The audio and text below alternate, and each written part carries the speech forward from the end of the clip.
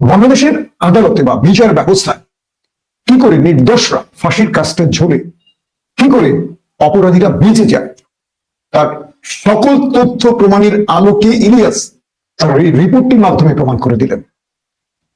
রাষ্ট্রের সর্বোচ্চ বাহিনী, দেশপ্রেমিক বাহিনী কি করতে পারে পর্দার অন্তরালে, তাদের চেহারারও উন্মোচন ঘটেছে। তবে আমি সেই বাহিনীকে দোষ দিব না, সেই বাহিনীর কিছু কুচক্রী, ষড়যন্ত্রকারী, দুষ্ট এবং অপেশাদার ব্যক্তিকে আমি উদ্দেশ্য করে বলছি। আপনারা যারা ইলিয়াসের পুরো রিপোর্টটি ধৈর্য সহকারে দেখেছেন, প্রতিটি লাইন, প্রতিটি প্যারা, স্ক্রিপ্ট, ডকুমেন্ট, ভিডিও সবকিছুতে ইলিয়াসের সময় লেগেছে বহু বহু বহু ঘন্টার পর ঘন্টা। আমরা 1.5 ঘন্টায় যে এপিসোডটি দেখলাম, এটি তৈরিতে ইলিয়াসের বছরের পর বছর সময় লেগেছে। আমরা আদালতে একটা বিচারে কি দেখি? আমরা দেখি যে বিচারক একটার পর একটা সাক্ষী গ্রহণ করেন। আমার কাছে ইলিয়াসের এই এপিসোডে মনে হয়েছে যে এত পরিমাণ মানুষের ইন্টারভিউ দেখেছি, এবং এই ইন্টারভিউ গুলো যারা চোখে দেখেছে, যারা ভুক্তভোগী, পক্ষ বিপক্ষে সবাইকে হাজির করেছে ইলিয়াস।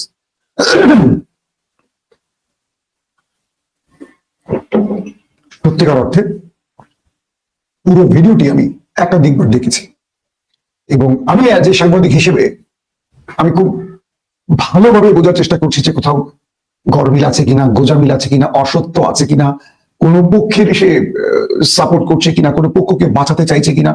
যত রকম একটা রিপোর্টের গানবাম থাকে, প্রত্যেকটা বিষয় আমি খুব ভালোভাবে পর্যবেক্ষণ করে আমি একটি বিষয় উপনীত হয়েছি, যে বিষয়গুলো আমি আপনাদের একটা একটা করে জানাবো। আসেন আমরা একটু ইলিয়াসের রিপোর্টের কিছু অংশ দেখে আসি।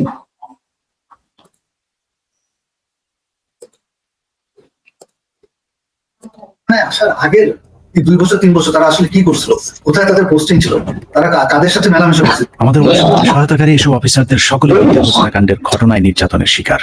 কেউ কেউ দীর্ঘ সময় গুমের শিকার, কেউ চাকরিচ্যুত হয়েছেন, কিংবা জীবন বাঁচাতে চাকরি এবং দেশ ছাড়তে বাধ্য হয়েছিলেন। ডিজিএফআই কেন আমাদেরকে বাধা দিলেন, উল্টা আমাদের সাথে রাগ করলেন যে কেন তোমরা পলাতক এদেরকে ধরে নিয়ে আসলে, তাদের তো পালিয়ে যেতে দেওয়া হচ্ছিল অন্ধকার করে, লাইন কেটে যে তাদেরকে পালিয়ে যেতে দেওয়া হচ্ছিল। এই বিষয়টা অবশ্যই ওই সময় সমস্ত পত্রিকায় এসেছিল। আর 3 নাম্বার হচ্ছে যে এই যে এরা যে মানে বললো যে এরা ঠিক জানে না কে তাদের কমান্ড করছে, এই যে জিনিসটা সবার মুখ ঢাকা ছিল। তো কে কাকে কমান্ড করছে এটা তো চেহারা, যেমন আমার সৈনিক কিন্তু সবাইকে চিনে একটা ইউনিটের, আমি সবাইকে চিনি যে আমাকে অমুক স্যার এটা বলেছে।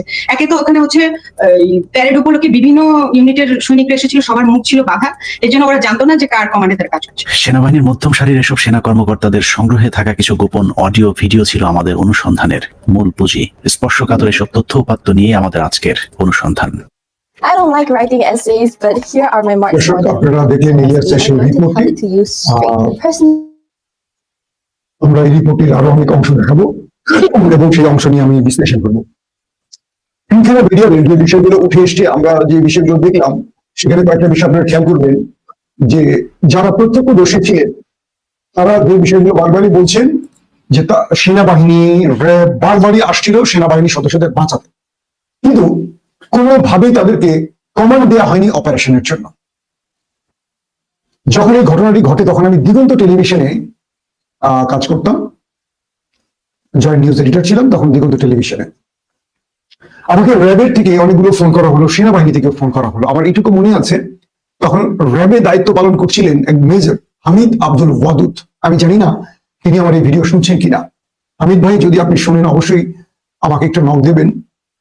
বহুদিন আপনার সাথে আমার কথা হয় না, আপনি কেমন আছেন, কি অবস্থা আছেন জানি না।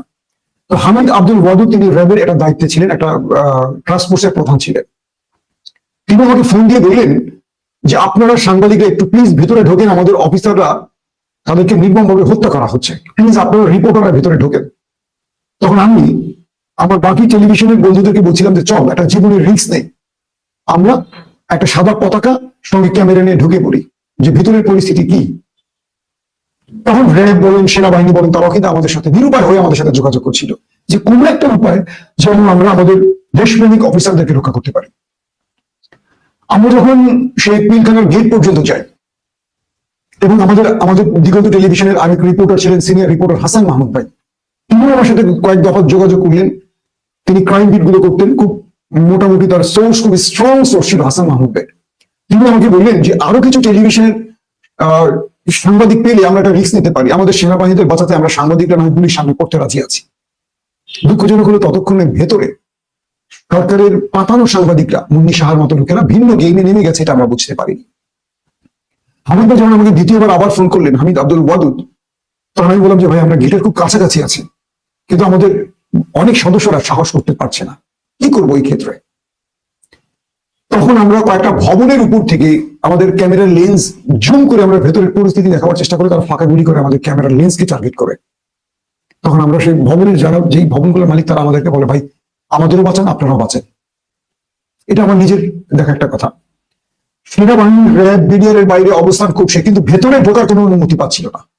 আমার একটা প্রশ্ন হলো, তাদেরকে ভেতরে আসলে ঢুকতে দেয়নি কারা, এবং এই সময়টি কারা, মানে যে সময়টা নিয়েছে তারা কেন এই সময়টি নিয়েছিল? চিন্তা করেন। ওই সময়টা আমাদের মনে হয়েছিল হাসিনা সরকার ভেতরে থাকা অফিসার বা তার পরিবারকে বাঁচাতে যেন আপোষ করছে, তাদের সাথে আলোচনা করছে, যে কোনো ভাবে যেন বেঁচে যায়। আমাদের কাছে এরকমই মনে হচ্ছিল। আরেকটা বিষয় মনে হচ্ছিল, যেহেতু ওয়ান লেভেনে মইনুল ফখরুদ্দিন এমন কিছু কাজ করেছিল যে কাজগুলোর কারণে মানুষের সেনাবাহিনীর প্রতি একটা বিতৃষ্ণা তৈরি হয়েছিল, এটা কিন্তু কাজে লাগাইছিল। আপনাদের মনে থাকবে যখন এই খবরগুলো আমরা টেলিভিশনের স্টলে দেখাচ্ছিলাম যে বিডিআর পিলখানায় অরাজকতা শুরু হয়েছে বা হত্যাকাণ্ড শুরু হয়েছে বা সেখানে বিক্ষোভ শুরু হয়েছে, তখন মানুষ কিন্তু খুশি হচ্ছিল, কারণ 9/11 পর থেকে মইনুল সেনাবাহিনীকে এমন একটা চেহারায় অবয়বে তৈরি করেছিলেন যে মানুষের ভালোবাসা সেনাবাহিনীর কাছ থেকে সরে গেছে, মানুষ যেন সেনাবাহিনীর মৃত্যুটাকেই কামনা করছে, এইরকম একটা অবস্থা তৈরি হয়ে গিয়েছিল। কিন্তু আমরা কেউ বুঝিনি আসলে কি ঘটতে যাচ্ছে ইতিহাসে, সেই নির্মম ইতিহাসের পাতার মধ্যে আমাদের দেশপ্রেমিক অফিসারদের ভাগ্যে কি লেখা আছে। তো পর্যায়ক্রমে দিন যত বড় হচ্ছে, সেনাবাহিনী বা র্যাব কাউকে ভিতরে ঢুকতে দিচ্ছিল না। চলুন আমরা একটা অংশ দেখে আসছি ইলিয়াসের রিপোর্টের।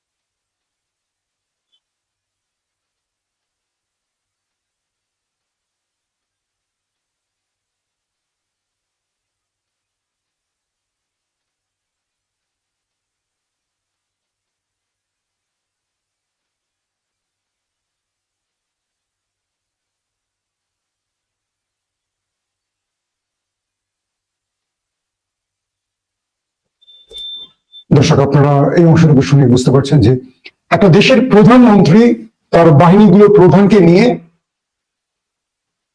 তার বাহিনী সবচেয়ে মেধাবী চৌকুশ অফিসারদেরকে হত্যার মিশনের মাস্টারমাইন্ড হিসেবে কাজ করছে। পৃথিবীর ইতিহাসে এরকম ঘটনা আমার মনে হয় এটি প্রথম ঘটেছে যে একটি দেশের প্রধানমন্ত্রী তার দেশের সবচেয়ে মেধাবী অফিসারদেরকে হত্যার জন্য তিনি একটা নীল নকশা তৈরি করে বসে আছেন।